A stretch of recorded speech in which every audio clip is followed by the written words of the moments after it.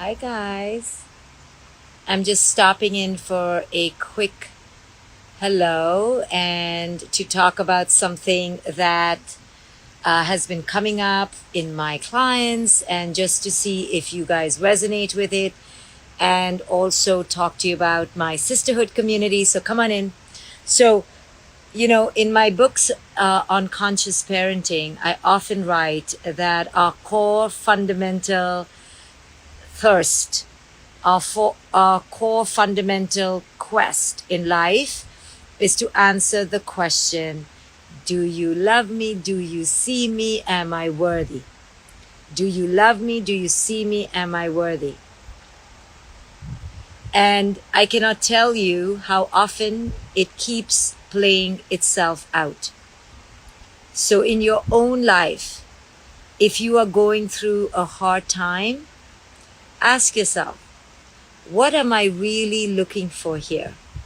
What do I really need? What does my innermost, smallest part of myself really want right now? And it will inevitably, if you're brave enough to look in the mirror, be a variation of a desire for the answer to, do you love me? Do you see me? Am I worthy? Most of us get tripped, get caught, get trapped, seduced by this thirst to be seen, to be deemed worthy, to be understood, to feel valid. In my book, The Awakened Family, I talk about how children need parents to see them for who it is they are.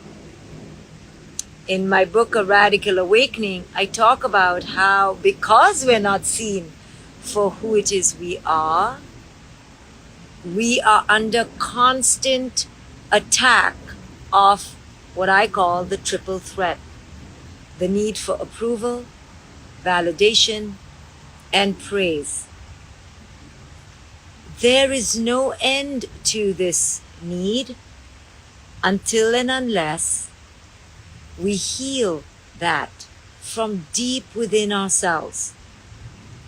Until then, we will keep looking for these answers on the outside, on the external, in the surrogate object. Sometimes the surrogate object is alcohol or a substance, food, drugs. Sometimes the surrogate is in your achievement. Sometimes the surrogate is in your relationship or your motherhood or your wifehood or partnerhood. And that external object, it could be a child, it could be a lover, it could be your friend, your sister, it doesn't matter.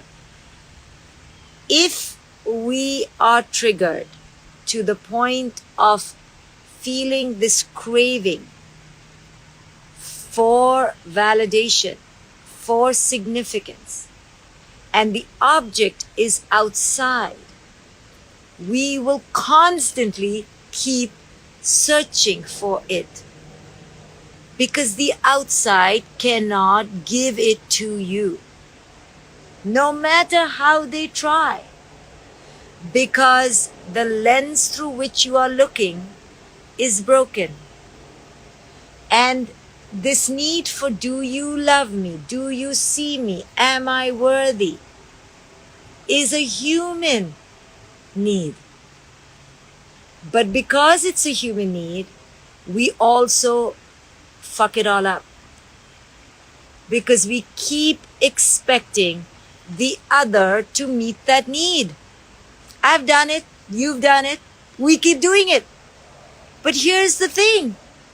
The other on the outside is also in their own atmosphere, stratosphere, cybersphere.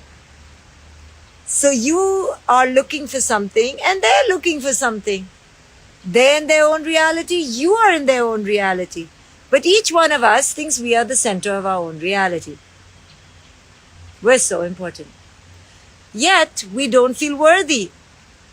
So whenever we are looking for something, we have to ask, what am I looking for?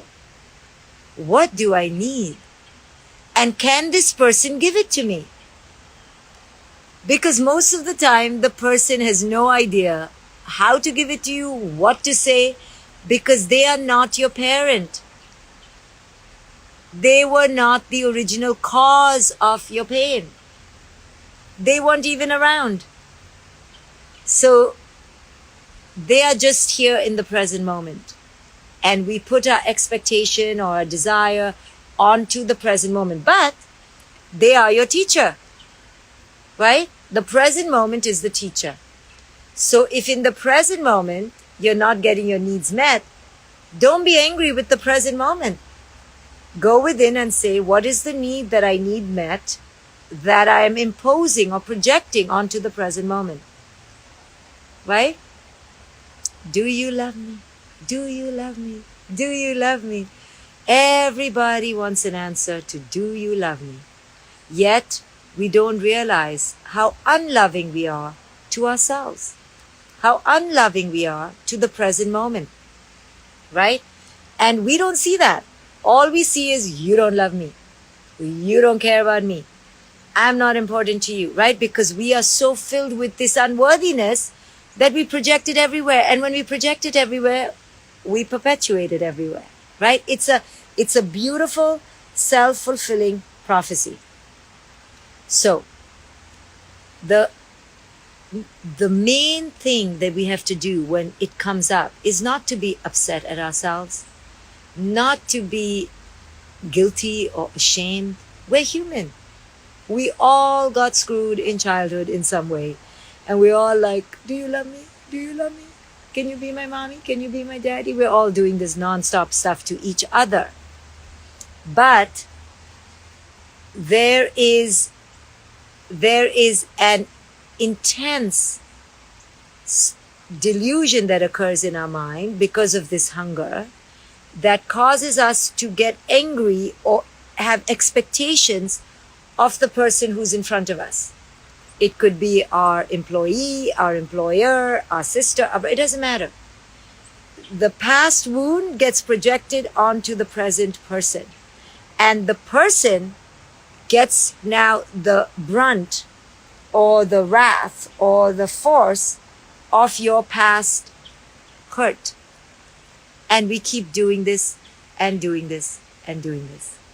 So when you are caught in a dynamic, when we're caught in a dynamic and we're stuck and there's feelings rising to the fore, we need to ask, what is the deeper source of this that we are putting onto the person in front of us?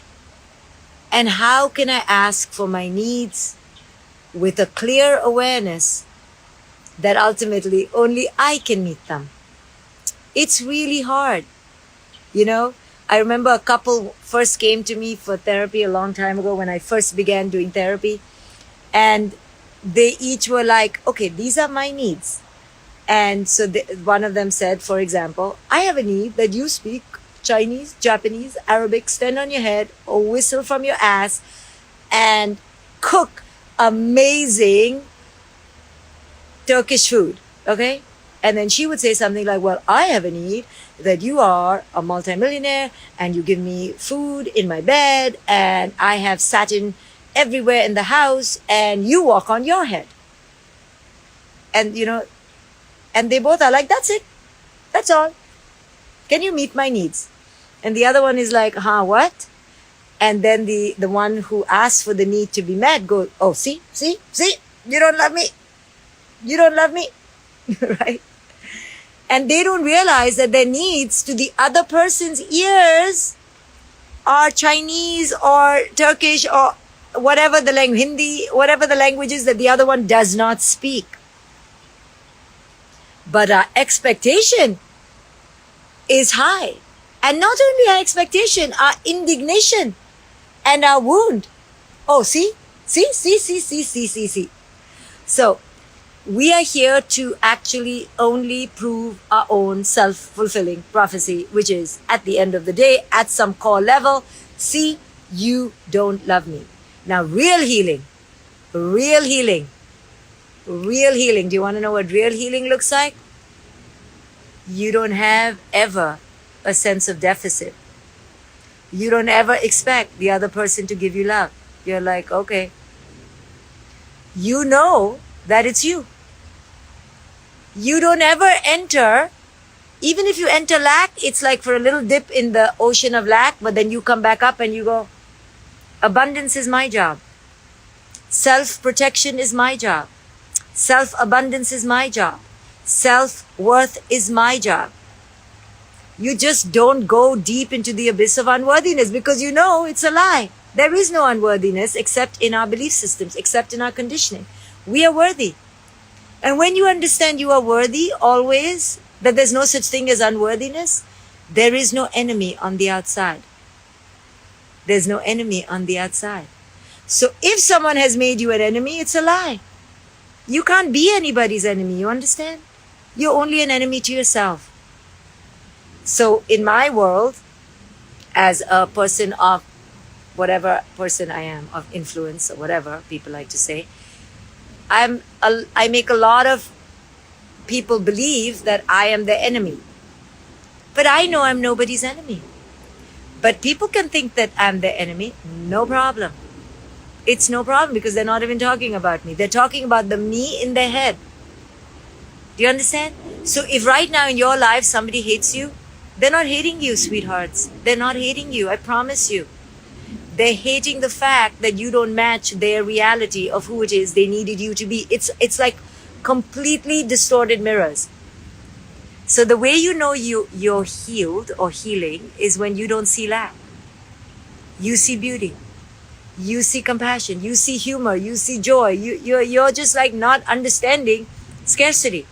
But let other people see scarcity. That's okay. Have compassion for them. Let other people hate you. Have compassion for them. You don't have to hate yourself. Let people be bothered by you. It's okay. You're going to disappoint people because they have high expectations of you. No worries. You have to know who you are. You have to see worth in who you are and understand the dynamic that people live within. So when you heal yourself, when you work on yourself, there is no enemy. There's nothing to say. You know, if somebody is bitching you out and moaning about you and grumbling about you, you're like, I don't even know what you're talking about, but it sounds like you think you're talking about me. I'm so sorry you feel this way. Wow, you really feel this way about me, right? But it doesn't bother you because it's not you. You know it's not you. It's their idea of you. No problem. Now, having said that, there is always a catch. There is such a thing as people effing with you. Okay? How do you know there is such a thing? When people actually physically harm you. When actually people step on your toes on purpose, no, that's a real thing. And you're allowed to say, ouch, bloody bullshit, get off my toe. If somebody, takes your hair and pulls it, you're allowed to say, bloody bitch, get off me. You can say whatever you want. Asshole. If people physically harm you, if they come and they physically destroy your property, if they steal your t-shirts, if they smear your wall, if they burn your food, okay, then you can be like, hey, create a boundary, right? If somebody rapes you, yeah, that's a problem. Don't sit in silence and go, oh, I have no enemies. No, stand up for yourself. If there has been a real physical violation of your property or your being, like somebody has slapped you, hit you, touched you, then you can go, that was an offense. All the rest, just walk away from it. Stay away from it. It's none of your concern. It's all psychological. And in the psychological, you have a choice. You always have a choice in the psychological. And the psychological labyrinths we enter all boil down to, do you love me? Do you love me? Am I lovable? But here's the beauty, my guys. No one can answer that question but you. Nobody. It's not anybody's responsibility to make you feel loved, to see you, to validate you. Only you can do that for yourself. I'm so sorry. People can love you, but it's not their job to love you. And more than that, it's not their job to make you feel loved. People can see you, but it's not their job to see you. And more than that, they cannot make you feel seen. This is all an inside job. And do not expect people to love you, to validate you, to see you. It's okay. And in fact, if they don't validate you, don't see you, and don't love you, it's okay. It's the same thing. Because it's not their job. So when they don't, and they call you a bloody bitch or whatever, as I have been called many a time, you just go, okay, interesting. Right? When you don't need their approval, you don't listen to their disapproval.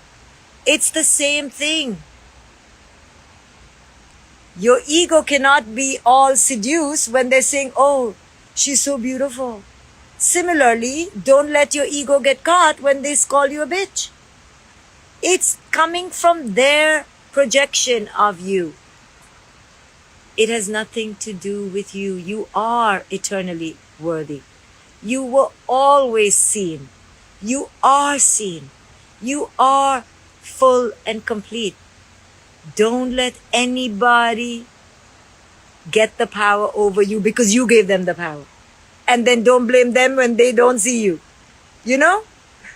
You give the power, then you're upset that they don't see you. Why did you give them the power? They don't get the power in the first place. So anything psychological is self-induced, self-inflicted, self-perpetuated. And we got to get out of the cycle ourselves. And it all comes down to, do you love me? Am I significant? And let me tell you, the person in front of you cannot answer that for you.